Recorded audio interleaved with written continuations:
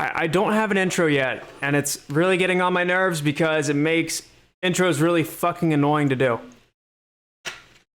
How we doing? So there's been a lot of talk about options lately. And there was this weird wave of FUD that kind of went throughout the community not too long ago that pertained to options. So I'm going to give the simplest explanation if you're trying to capitalize on movements via the options chain.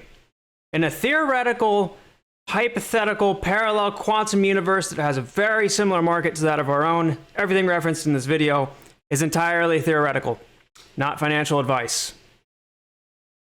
So some quick facts and tidbits that I came up with for the video that I felt were relevant. Options are typically used for hedging because of how many curves that you're interacting with between time, volatility, the underlying, and then the derivatives created after that, where now you're involving gamma, which is where you hear the term gamma squeeze come from, but gamma affects the curve of the curve, how much your delta appreciates or depreciates, as well as things like vega, where it's factoring in historical movements and then trying to compare those to future movements. There's a lot of complexities going on. The premium of a contract is the value per share. Unlike owning the stock, the value of your option is derived from multiple factors, delta, vega, so on and so forth. 9 times out of 10, shorting options, aka writing, as a single leg strategy is a horrible idea unless you just fucking hate money. Or in this case, you have fuck you money. Credit spreads, a multi-leg strategy, are also semi-dangerous. It depends on how you set up your risk profile as you make your position. But this makes sense because if you're receiving a credit, you're essentially opening a short position. A short position, the term being short is not exclusive to just selling stock short. Debit spreads are relatively safe. If you're paying a debit up front, then you're rendered long in the position. You're paying up front and then you're receiving ultimately. Options provide the opportunity for rapid and exponential gains. Most of the Wall Street bets gain porn that you see is from options. Options also provide the opportunity for a rapid and demoralizing loss. Most of Wall Street bets loss porn is from options as well. Delta, I want to make sure this was pulled from, oh Jesus, Robinhood. So delta represents the sensitivity of an option's price relative to the changes of the underlying security, aka for every $1 movement, your option gains this much in premium. Theta represents the rate of time decay of an option. Same thing, just the opposite of delta, and this is stretching across the time dimension of things. Gamma represents the rate of change of delta relative to the change of the price of the underlying security, aka how much your delta Greek is going to appreciate or depreciate as time goes on, as things change. And then vega represents the option's sensitivity to volatility. Basically, you take vega and you multiply that by the implied volatility percentage, and that is how much premium your option will gain throughout that changing of volatility. And then rho represents how sensitive the price of an option is relative to interest rates. Again, it's kind of just how rigid the model is of how your option is moving around throughout its value curves. So in other words, to put this shit simply, buying stock is like driving a Camry. No shade to anybody who drives a Camry. It's a simple vehicle, modest horsepower, it's all-wheel drive, automatic transmission. It's the most low maintenance. It's just reliable. It gets you from point A to point B. It's just a simple, straightforward type of vehicle. Whereas buying options and developing strategies with your options is like driving a Ferrari. Complex vehicle, a lot of horsepower, it's rear-wheel drive, manual transmission, and if that driver doesn't respect that power, it's very easy for things to go wrong really quickly. It's very easy for things to not be accounted for, like tire temperature, whether you're gonna really leverage second going into third, or if you're gonna take, it's just, there's a lot going on. If you're pulling out of a turn too fast and you floor it a little, you're gonna spin out. And I came across this video on Reddit a long time ago, and it reminded me of how options kind of translate visually. This is a Ferrari, of course. This is what happens if you're like me and you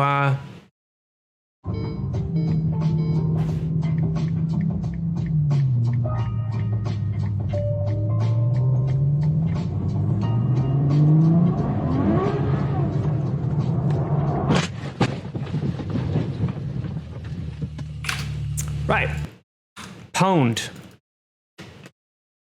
So you can tell very quickly that the guy really, I mean, you could hear him floor it a little bit, but it didn't look like much was happening other than him just giving it a little bit of gas. If he did that in a Camry, you would have been fine. But because this guy's driving a rear-wheel drive vehicle that has more horsepower than I can even count to, on top of what looked like to be wet roads and probably cold, it's very easy for things to go wrong. But the guy in the Ferrari will get to a destination much faster than a guy in a Camry, so long as the guy in the Ferrari knows what he's doing.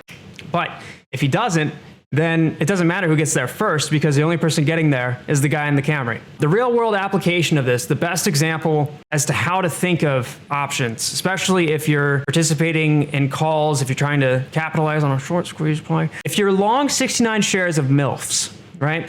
And you want to hedge against any downside. You don't want that to pop up against your portfolio, this, that, or whatever. The best thing you can do is to buy a put. That put that you're purchasing, you want to have as a delta of negative 0.69. Now, puts are going to represent their Greeks and the values of negatives, whereas calls will be positives. I put the negative sign in parentheses just to make that clear, but you can think of them as pretty much the same, whether they're positive or negative. The semantics are only if you're a portfolio manager. If you purchase a put that has a delta of 0.69, what you're doing is for every negative $1 movement of MILFs, 69 shares you're long on would typically result in an unrealized loss of negatives, or talk about semantics. Your unrealized loss would be $69 because you have 69 shares. If the thing tanks $1, you're going to lose 69 bucks. However, if your delta of the put that you purchased is at 0.69, then that nets to a zero result. The net sum of that is zero, or the net difference technically. But that's for that current moment in time. As things move around, as the chart changes, your delta could increase, the volatility of the thing could go down, and now your delta goes with it. So now you're not protected 100% to a downside that is proportionate to that of what you're long on. But ultimately, if you're wanting to complexify any of this, you could also go with the approach of you want to save on the upfront premium that you're going to pay on the put by 50%, and then you go with a delta on a put that has a delta of 0.35 instead. So now that's half of your share count theoretically. So you're saving 50% up front to ultimately expose yourself 50%. And then you can invoke time where it's like, okay, you know, if a week's worth of delta gets me 100% protection against any downward movement, so a 0.69 delta, if I go 2 weeks out, I could spend the same amount on premium, but also have a downside protection of 0.35 instead. So now you're starting to see how all these mechanics come in. And the same thing applies with being short on shares. If you're short 69 shares, you can buy a call with a delta of 0.69. So the simplest way to think of this, if you're trying to take advantage of a short squeeze play, theoretically and hypothetically, MILFs is trading for $10 a share on March 14th. You think MILFs is set up to skyrocket? It's the next best fucking thing. You're all over Wall Street bets. You're losing karma. You're getting downvoted, but you're fucking convicted. You decide to purchase a call that expires on 4/20, April 20th. You have 1 week, call it 5 days. The delta of this call is 0.5, the theta is 0.1, and the gamma is 0.1. You multiply your delta Greek by 100. This is your new theoretical share count for however long until your expiration. You now have 0.5 times 100, that's 50. You have 50 shares theoretically for the next 5 days. You take your theta, you do the same thing. Take that, multiply it by 100, 0.1 times 100 is 10. This is how many shares you're losing per day. So if day one, you theoretically have 50 shares, the next day, if things stayed the same, you would then have 40 shares, and you're losing 10 shares every day to theta. Now, if the thing moves up, these values can change. Your delta could go to 0.6, right? Because gamma is 0.1, which would zero out your theta losses. You're starting to really see the complexities here and why options can be very dangerous, but also very fruitful. You take your gamma Greek and you multiply it by 100 as well. And this is how many shares you are to gain for every $1 movement. So if the thing goes from $10 to $11, you've now gained 10 shares theoretically. And this all makes sense when you work out the numbers. this isn't, I don't think you would see this type of configuration of Greeks, but nonetheless, it illustrates the point. So throughout the movement of MILFs, you essentially have this exposure of being 50 shares long, and this can appreciate very quickly or depreciate very quickly, all dependent on what the underlying price is, how long until your expiration, what is volatility at. There's just a lot to digest with that. But when you go to things like optionstrat.com, you can create different strategies of different sorts and really kind of piece together what it is you're trying to do.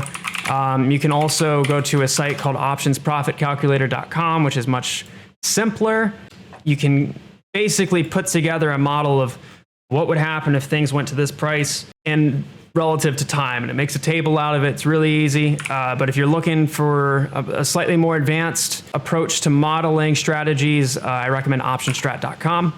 The takeaway here is options are not something to be afraid of. They're not something to cast as negative or any form of fuckery, I guess. They're a great tool. I've been very fortunate. I've made a lot of money in the process of using options. I've also lost a lot of money. The entire objective is to learn as you go and to not forget your mistakes. Lessons in life repeat themselves until they are learned. So I hope this video helped. I hope it kind of shed some light and made the world of options a little less scarier, or maybe it helped give you a different perspective if you're already an avid options enthusiast. I don't know. But thank you so much for watching. Stay hungry, stay foolish. Long on MILFs.